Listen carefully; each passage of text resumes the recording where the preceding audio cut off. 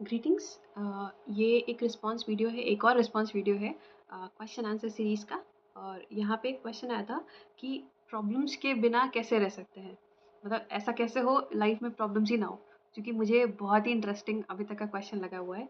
And मैं एक बार फिर से क्वेश्चन रिपीट करती हूँ। क्वेश्चन ये है कि how to live life without problems. अच्छा, ठीक है। तो इसका जो फर्स्ट स्टेप आप ले सकते हो मेरे ओपिनियन के हिसाब से, वो ये है कि आपकी जो भी प्रॉब्लम्स है उनको आप क्लासिफाई कर सकते हो सबसे पहले माइंड में ही, क्या एक्चुअल में है और क्या सिर्फ क्रिएट किया हुआ है, मतलब आपने अपने लिए खुद के लिए प्रॉब्लम क्रिएट किया हुआ है। कैसे होगा ये? जैसे कि कुछ रियल प्रॉब्लम्स है, जैसे फॉर एग्जांपल आप रियल प्रॉब्लम्स को भी मेरे हिसाब से जो क्लासिफाई कर सकते हो वो ये है कि जो हेल्थ रिलेटेड है, वेल्थ रिलेटेड है और इमोशंस रिलेटेड है। जितनी भी वैलिड प्रॉब्लम्स है वो आप तीनों में क्लासिफाई कर सकते हो, हेल्थ, वेल्थ और इमोशंस। वो भी हम इमोशंस पे इसके बाद वाले, मतलब इसके बाद देखेंगे कि इमोशंस में हम कैसे जा सकते हैं, क्योंकि माइंड एक्चुअल में एक बहुत बड़ा गेमर होता है। आपके लिए ऐसी-ऐसी चीज़ें मतलब क्रिएट कर देगा। जैसे होता है ना, हम कभी भी रियल और फेक चीज़ों में, फेक इमोशंस और रियल इमोशंस में हम डिफरेंस नहीं पता कर पाते। कैसे? एक एक्सपेरिमेंट हुआ था जहाँ पे कुछ लोगों को कुछ इन्फॉर्मेशन, मतलब मेमोरीज आर फेक, ऐसे करके एक एक्सपेरिमेंट हुआ था जहाँ पे ये था कि उनको कुछ बोला गया बस। तो और उनसे कुछ दिन बाद, मतलब कुछ एक इन्फॉर्मेशन प्रोवाइड किया गया कि आप यहाँ गए थे, आपको एक कैंडी मिली थी और ये हुआ था, कैंडी मतलब टॉफी मिला था, ये मिला था। उनको इस तरह का एक एक्सपीरियंस बताया गया। कुछ टाइम बाद, कुछ सालों बाद उनसे वो चीज़ पूछी गई तो एग्ज़ैक्टली उन्होंने बोला कि हाँ, मैं वहाँ गया था, उस पे और कुछ ऐड ऑन करके मैं इस मॉल में गया था, मुझे वहाँ कैंडी मिली थी, टॉफ़ीज़ मिली थी, ये हुआ था मेरे साथ, वो हुआ था। तो उन्हें एक्चुअल में नहीं पता कि क्या रियल है मेमोरी है और क्या फेक मेमोरी है। तो उसके हिसाब से, क्योंकि मेमोरी से ही इमोशंस आते हैं, कुछ याद कर के ही तो हमें बुरा लगता है ना कि हमारे साथ ये हुआ था, ये होगा या फिर ये हो जाएगा। जो पास्ट में हुआ उसको हम लिंक करते हैं प्रेज़ेंट के साथ, उसके बाद फ्यूचर उसी हिसाब से बनता है। कि अब ये हुआ तो मेरे साथ ये होने वाला है, तो उससे वही हमें बुरा लगता है। तो उसको हम बाद में क्लासिफ़ाई करेंगे, बट ये एक इम्पोर्टेंट, मेरे हिसाब से एक इम्पोर्टेंट पैरामीटर है इमोशंस भी, क्योंकि इमोशंस के बेसिस पे हमारा पूरा दिन चलता है। पूरा, मतलब पूरा हम क्या कैसा फ़ील कर रहे हैं, किस चीज़ के लिए कहते हैं ना, अगर आपको कोई काम करना है, तो उसमें आप अपने इमोशंस डाल दो। तो आप एक्चुअल में उस चीज़ से उस चीज़ को करने के लिए या उस काम को करने के लिए एक्चुअल में मोटिवेट हो जाओगे। या उस काम करने के पीछे ना आप अपना रियल कोई प्रॉब्लम डाल दो, रियल लाइफ़ एक्सपीरियंस डाल दो, तो उस चीज़ में जान आ जाती है। तो ये हो गई मेरे हिसाब से पर्सनली कि ये रियल लाइफ़ प्रॉब्लम्स हैं। अब इमेजिनरी प्रॉब्लम्स की तरफ आते हैं कि हमें क्या लगता है, उसकी वजह से हम परेशान होते रहते हैं।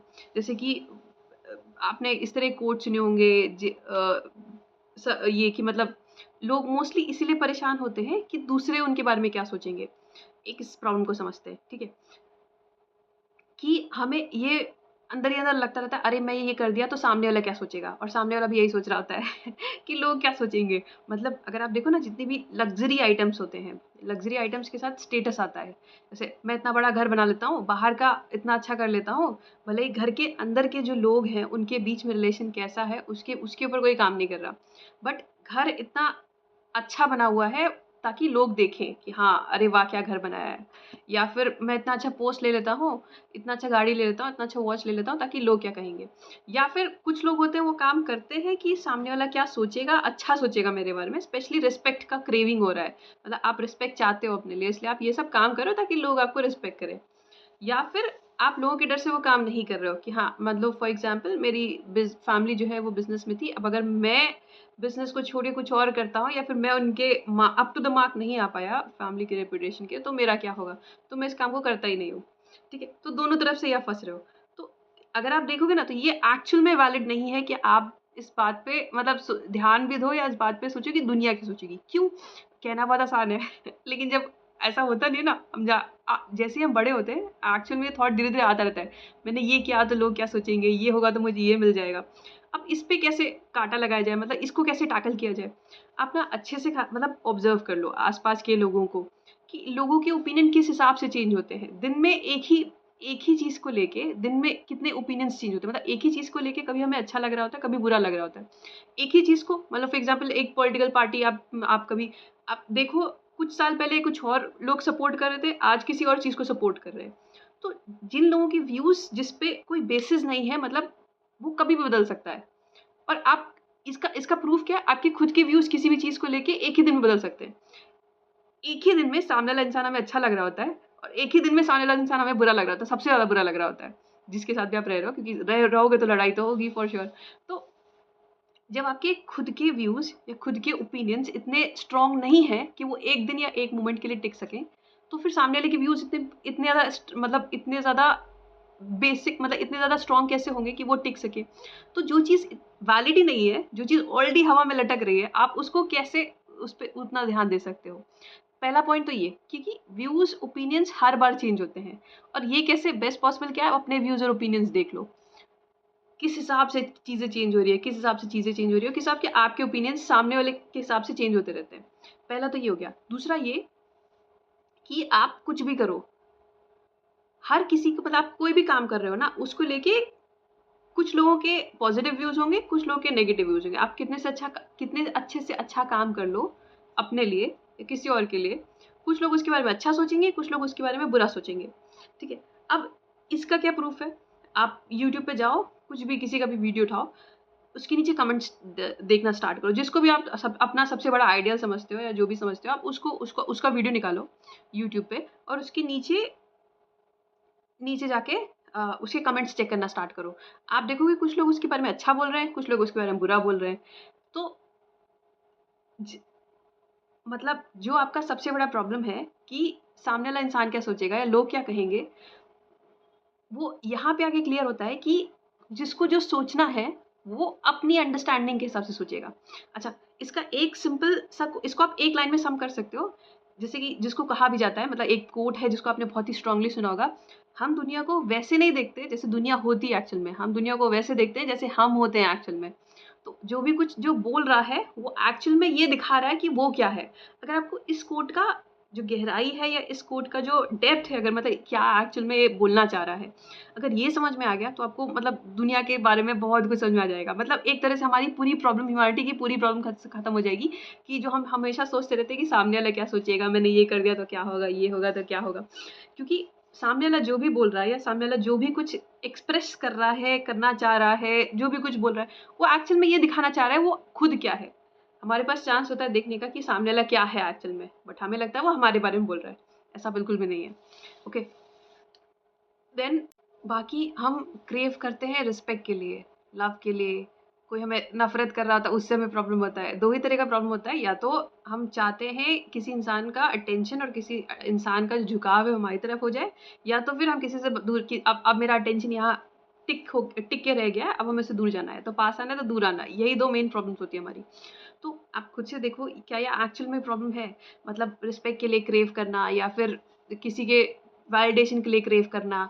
अगर आप एक बार वैलिडेशन के लिए क्रेव कर रहे हो, तो फिर एक तरह से आप अपना रिस्पॉन्सिबिलिटी किसी और को दे रहे हो। मतलब आपको चाहिए कि हाँ, अब मैंने ये काम कर दिया, सामने वाला बताएगा।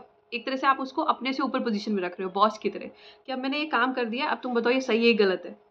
तो अगर आपको गलती करना है तो खुद ही सीखना पड़ेगा ना। अगर आप खुद से नहीं सीखोगे, मतलब मान लो आप किसी भी काम को छोड़ते हो सामने वाले की वैलिडेशन के लिए, तो आप कैसे देखोगे ये काम सही आप कर रहे हो या नहीं कर रहे हो? आपको कैसे पता चलेगा?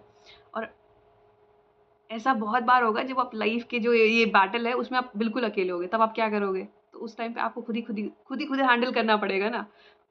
जैसे वैसे एज बढ़ेगी, वैसे ये बात आपको समझ में आ जाएगा कि आपको खुद ही सब हैंडल करना पड़ेगा, कोई नहीं आने वाला। जितना आप कोशिश करोगे अपने अपने हिसाब से सेल्फ सफिशिएंट होने का, उतना आप सही ट्रैक पे जा रहे हो। जितना आप सेल्फ सफिशिएंट होने की कोशिश नहीं कर रहे हो, उतना आप गलत ट्रैक पे हो। मतलब मेरा पॉइंट ऑफ व्यू है ये, हो सकता हो गलत हो ये। और अगर देखा जाए तो मतलब ये सारी प्रॉब्लम्स मेरे हिसाब से जो है, ये वो प्रॉब्लम्स हैं जो कि रियल नहीं है।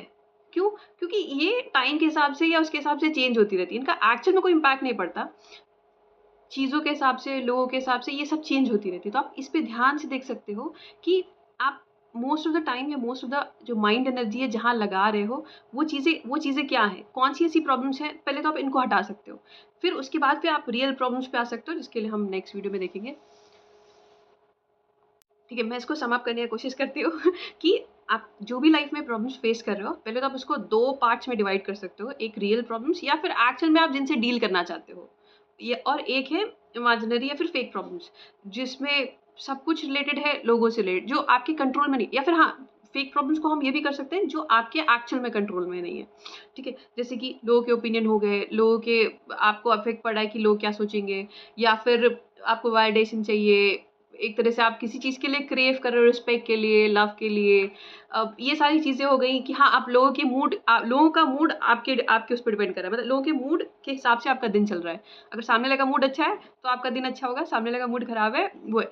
मतलब कोई भी ऐसी चीज़ जिससे आप ये डिपिक्ट कर सकते हो कि आपका स्विच किसी और के हाथ में है। आपका जो रिमोट कंट्रोल है मान लो अगर आप टीवी हो तो चैनल चेंज करने का या टीवी ऑन ऑफ करने का कंट्रोल किसी और के हाथ में है। वो सारी चीज़ें आप एक तरह से कह सकते हो, वो सारी फेक प्रॉब्लम्स हैं।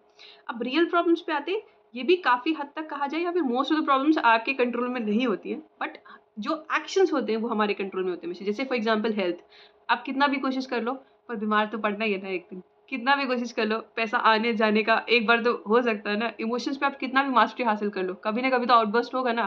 कभी ना कभी कोई ना कोई चीज़ तो हर्ट आपको होगी ना, या कोई ना कोई चीज़ आपको स्ट्रक करेगी। तो इसको वैसे हम नेक्स्ट पार्ट में देखेंगे, बट हाँ, अभी आप ये कर सकते हो कि अपने प्रॉब्लम्स को बाइफिकेट कर सकते हो। उससे आपकी लाइफ बहुत सिंपल हो जाएगी, क्योंकि मेरे एक्सपीरियंस के हिसाब से हम मोस्ट ऑफ द टाइम इन्हीं सब चीज़ों में गवा देते हैं, जो कि एक्चुअल में कोई इंपॉर्टेंट होती नहीं है। और थैंक यू, बस इतना ही।